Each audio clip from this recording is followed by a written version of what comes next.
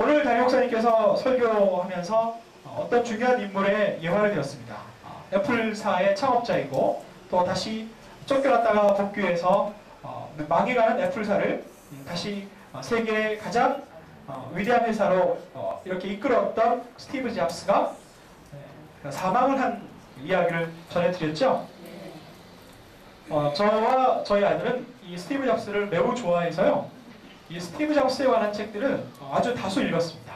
네, 그 스티브 잡스의 자서전, 자서전격인 글과 그리고 스티브 잡스의 전기 글들을 여러 읽었는데 이 스티브 잡스가 내면에 상처가 많은 사람이에요.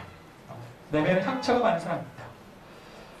잘 아시는 것처럼 부모님들께서 낳았지만 기를 의지가 없어서 입양을 했죠. 근데 입양을 해서 자랐는데 그 부모님들이 아주 좋은 분들이었어요. 가난한 소득이 적은 사람들이었음에도 불구하고 스티브 잡스를 입양할 때 그 생모에게 써준 각서, 그러니까 이 아이를 꼭 대학 교육을 다 시키겠다 하는 이 약속을 지키기 위해서 애를 썼습니다. 그래서 미국에서 가장 등록금이 비싼 대학에 입학을 시켰습니다. 근데 스티브 잡스가 자기가 생각해보니까 어머니 아버지가 평생 모아서 비축해 둔 돈을 자기가 1년 만에 다 써버린 거예요. 대학 등록금으로. 그래서 부모님들은 온 힘을 다해서 이 스티브 잡스가 대학을 졸업할 수 있도록 서포트할 마음이 있었지만 그러나 자기가 스스로 부모님을 생각해서 학교를 그만두고 말았어요. 자, 그때까지만 해도 이 마음속의 상처가 이 사람의 삶을 이렇게 좌지우지 한다고 볼 수 없었겠습니다만은 그가 회사를 일구고 회사를 성장시켜가는 과정에서 그 내면에 감춰져 있던 상처가 어떤 식으로 드러났냐면 다른 사람들에게 가혹한 사람으로 나타났어요. 스티브 잡스가 굉장히 가혹했습니다. 애플 회사가 초창기 성장할 때 보통 이제 투자를 하게 되면 그 투자의 대가로 이제 그 주식을 배분을 합니다. 그리고 초창기에 같이 땀을 흘려서 수고한 사람들이 이 스탁 옵션이라고 해서 그 권리를 나눠 주기도 있죠. 근데 자기 마음에 안 든 사람, 자기와 좀 섭섭하게 지냈던 사람들에게는 단 한 장의 주식도 주지 않았어요. 그 나중에 어떤 일이 벌어졌냐면 이 애플 회사가 급성장하면서 그 갖고 있던 주식값이 엄청나게 뛰어올랐습니다. 근데 그 이후에 속상한 사람들이 생기겠죠. 회사의 주식이 엄청난 값으로 뛰었을 때 단 한 개의 주식도 받지 못했던 직원들은 이 마음속에 분노가 일어났습니다. 그래서 요청을 했죠. 근데 스티브 잡스가 아주 냉정하게 잘랐어요. 그때 함께 창업했던 원슨이 학은요, 그 사람들이 불쌍해서 자기 몫으로 받은 주식을 나눠줬습니다. 그러니까 스티브 잡스는 그 정도로 인색하고 아주 냉철하고 무서운 사람이었어요. 그게 어떤 성격적인 면에서 그런 사람이야 라고 할 수 있었겠지만 다른 사람에 대한 자비와 용납이 없었던 사람. 태생부터 자기는 버림받았다고 생각하기에 누구에게 조금의 이익도 되지 않는 사람들에게는 단 한 푼의 주식도, 단 한 푼의 한 달러도 줄 수 없다라는 게 그 사람의 갖고 있는 철학이었어요. 그리고 그가 떠난 마당에 사람들이 궁금해하는 것 한 가지 있습니다. 그렇게 돈을 많이 벌어서 갑부가 된 사람, 잘 아시겠지만 빌 게이츠나 워렌 버핏 같은 사람은요, 자신의 거의 전 재산을 다시 사회로 환원을 합니다. 그런데 스티브 잡스는요, 단 한 푼도 기부하지 않았어요. 그래서 사람들은 의아하게 생각하는 겁니다. 이상하게 생각하는 거죠. 그가 그 마음속에 다른 사람에 대한 자비와 긍휼을 갖지 못하는 것, 그것은 그 내면 속에 잠재하고 있는 이 분노와 화와 그리고 다른 사람에 대한 어떤 애정을 갖지 못한 이 모든 것들이 다 작용했다고 볼 수 있겠죠. 그런 상처가 있음에도 불구하고 사회적으로 이런 그 놀라운 진보를 일으킨 그 스티브 잡스의 한 면은 높이 칭찬할 만할 수 있습니다. 아주 열악한 여건을 극복하고 아주 대성한 사람이라고 그렇게 인정할 수 있겠죠. 그런데 한쪽 내면으로 보면 다른 면도 있었는데 그 이유가 도대체 뭐였을까라고 한 번 더 물어본다면 아하, 그럴 수도 있었겠구나. 근데 그러던 그가 조금 부드럽게 바뀌는 때가 있었습니다. 어떤 때였냐면 갑자기 병이 들었어요. 병이 들었습니다. 이런 여러 가지 고통과 이 아픔이 사람을 달라지게도 할 수 있겠더라. 그런데 안타깝고 아쉬운 것은요, 그가 마지막까지 예수님께로 돌아오지는 못했습니다. 저는 예수님께로 돌아오지 못했다라는 이 한마디는 참 불행한 거라고 생각해요.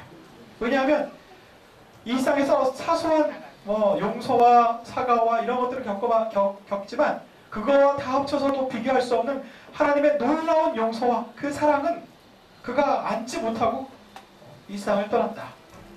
그렇게 생각할 수 있겠습니다. 자, 그런데 평범한 수준에서 이 많은 사람들을 보면요, 우리가 생각하기에 저 사람은 참 훌륭하다, 그리고 저 사람은 어느 정도 성공을 이루었다 라고 하는 사람들, 그분들의 삶의 이야기를 1시간 더 들어보게 되면 다른 평범한 사람들보다 훨씬 더 많은 어려움과 상처를 경험했었더라는 겁니다.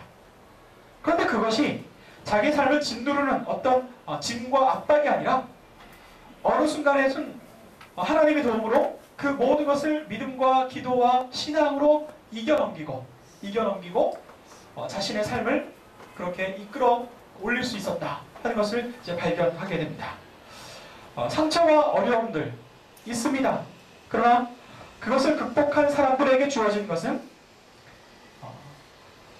남들보다 조금 더 보너스로 얻을 수 있는 행복, 그 행복이 그들에게 주어지더라. 그 말씀을 초도해 드리고 시작을 하도록 하겠습니다.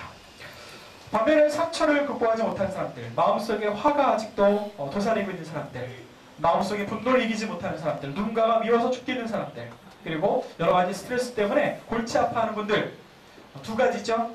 하나는 스트레스성 질환에 늘 시달리게 되고 또 정신적인 질환에 늘 고통을 받게 되어 있습니다.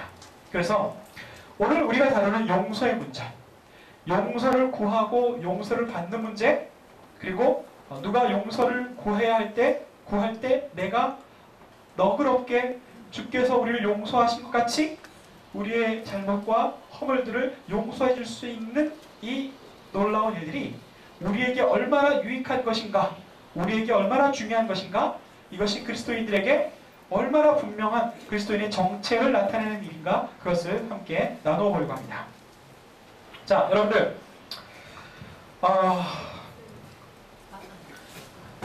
여러분들 그 북극에 얼음 빙산이 있죠?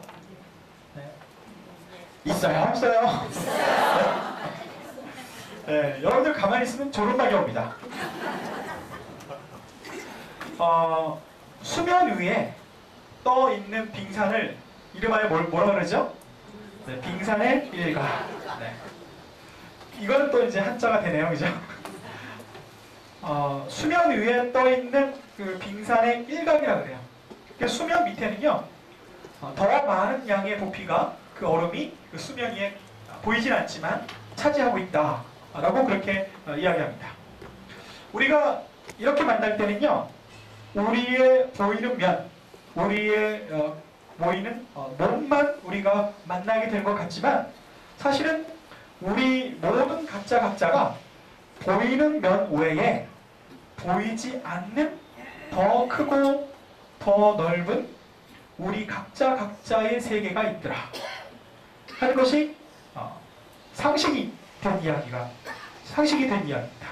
그 말은 뭐냐면 우리 몸과 우리의 보이는 모든 삶은 우리의 마음과 우리 영혼과 연결이 되어 있는데, 이것이 역전이 돼서 보이는 부분은 오히려 작은 부분이고 보이지 않는 마음과 영적인 부분이 사실은 훨씬 더 크고, 그리고 우리 삶의 가장 결정적인 부분이 거기에 있겠더라 하는 이야기입니다. 제가 동화책 이야기를 해드릴게요. 저는 이 이야기를 수백 번 해가지고 이 이야기를 수백 번 해가지고 저를 만난 사람들은 한 번씩 두 번씩 다 들어보셨을 텐데요. 제가 어느 날 우리 아이 동화책을 읽어주다가 아주 놀라운 이야기를 읽게 되었습니다. 어떤 이야기냐면 개구리와 생쥐 이야기예요. 개구리와 생쥐 이야기입니다. 첫 장을 넘기면 개구리가 이러고 가만히 앉아있어요. 근데 생쥐가 지나갑니다. 지나가면서 친구인 개구리에게 개구리야 개구리야 너 뭐하니? 하고 물어봅니다. 그러니까 이 개구리가 철학자인가 봐요. 나 지금 생각하고 있는 중이야. 서로 대답을 했어요. 동화책은 그 다음 장에 넘어가죠? 그 다음 장을 넘어갔더니 개구리가 이러고 앉아있어요. 이번에도 생쥐가 이쪽으로 지나가면서 개구리야 개구리야 너 뭐하니? 하고 물어봤습니다. 개구리가 뭐라고 대답했냐면 나 지금 생각하는 중이야. 그러니까 폼이 이상하잖아 이러고 있으니까 무슨 생각하는데 혹시 마음이 여기 있는 건 아닐까 하고 생각하는 중이래요. 그 다음 장을 넘겼습니다. 그 다음 장을 넘겼더니 개구리가 이러고 있어요. 개구리야 개구리야 너 뭐하니? 나 지금 생각하는 중이야.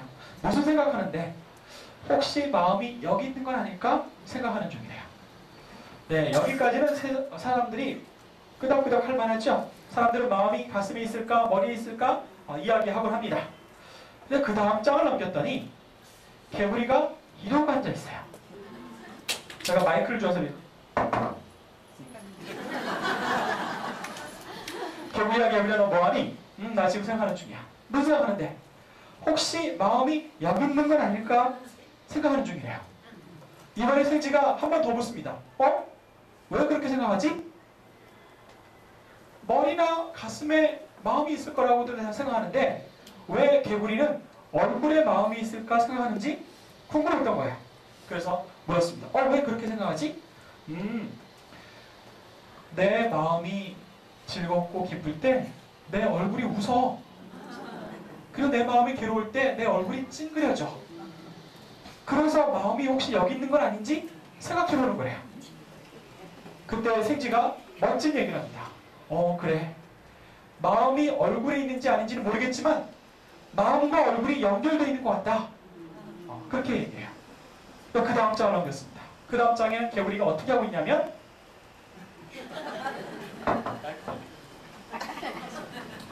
이러고 있어요.